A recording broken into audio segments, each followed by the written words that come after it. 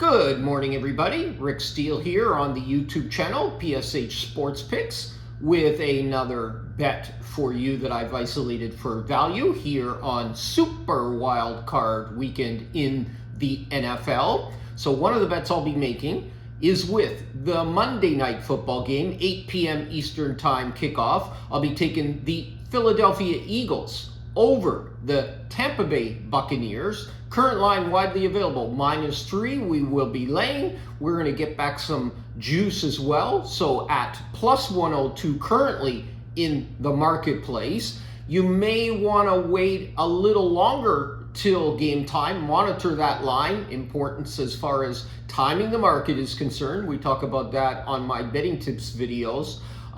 Because I think this line is actually going to come down even further. So monitor that before you click that bet button. And you want to always, as best as possible, time the market, do your line shopping, and get the best line possible. I'll go ahead and break down this game for you in one brief moment. What we'll talk about first is if you want to bet what I bet on a daily basis all year long, two ways to do so. You can go to the homepage of my website, pshltd.com, click on the Today's Picks button. All my picks, exactly what I bet each and every day, is always free with no gimmicks, no signups, no BS. I will add, I highly recommend you never pay for picks. Again, you'll find one of those particular videos detailed in the betting tips area of the library, which will detail my logic as far as why I say that as well.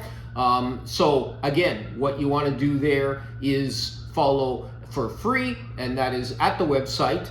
Total transparency as well, by the way. My records are updated, broken down by sport on a daily basis. You can also follow me on the betstamp app. My username there is Rick S, and that's going to give you alerts as well. If you click the notification button, each and every time I post a new pick, it will go directly to your phone, keeping you mobile, totally convenient, never missing a bet at the same time. Also, highly recommend you follow me across social media, Instagram, Twitter, Facebook. My handle is @RickSteele99. That will give you all the latest sports betting news in a timely fashion. And in addition, if you have any questions for me, that's the best way to contact me at the same time.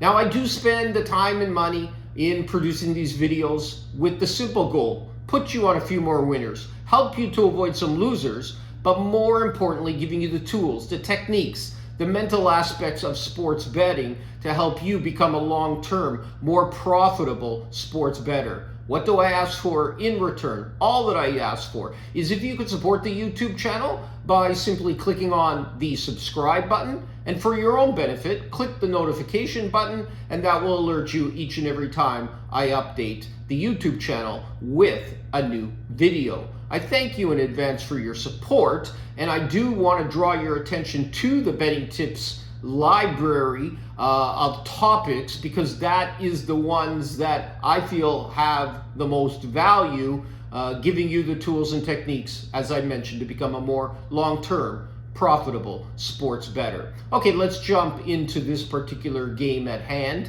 The Eagles are beat up. There's no doubt about that. The line's coming down. Part of the reason Hurts just came out in the marketplace and said he hasn't thrown a football all week because of his finger injury. Okay, I get that. Smith is beat up as well. As far as the wide receiver core is concerned, Brown is beat up. Swift is a little beat up, but who isn't these days? Yes, Philadelphia has some injuries. They're all well known. In my opinion, they're already baked, for the most part, into the line. What we do get is an opportunity to buy the Eagles at a low spot opportunity. I think they're at the bottom. Obviously, they heavily limp into the playoffs, having played terrible for the last third of the season. And no, I don't think they're going to flick on a switch and always and automatically become the Eagles that we're accustomed to. I don't even know how well Hurts is going to be able to throw the ball. But at this price, I'm willing to take the risk as far as the value is concerned. Also, what I highly recommend you do, especially in the NFL, but it applies to all sports, stay away from narratives and trends. Those are not the way to handicap games. It's a bunch of hot air in the marketplace, especially these days with Twitter and everyone being an expert. So stay away from narratives. Those don't work. They're already out there. They're already well known. And for the most part, most of them are misnomers anyway. Stick to your numbers, stick to your stats, and the nuts and bolts of modeling, simulations, psychological factors, yes. Trends, no. Intangibles, yes. Those are all things that you have to factor into your handicapping and attach numerical values to them. But narratives and trends stay away from. Those are the things that touts use in order to sell you and take money out of your pocket to buy their information. Okay, so that's one point. Yes, the Eagles are beat up. There's no way around it. But guess what? So are the Bucs, maybe not as bad, and Mayfield is just as badly beat up as Hurts is. The Philadelphia Eagles defense is horrendous. Tampa Bay is going to be able to move the ball, especially in the middle of the field with the linebackers for Philadelphia struggling so badly. But again, guess what? Tampa Bay's defense isn't much better either. So I figure that both teams are going to be able to move the ball. I think that there's going to be a little more balance as far as run and pass for the Eagles, whereby more so the Bucs are going to be more pass oriented. So that's one aspect to look out for. No, I don't think that Eagles are going to get enough pressure on Mayfield in order to get him to get some picks or have an established extremely bad game.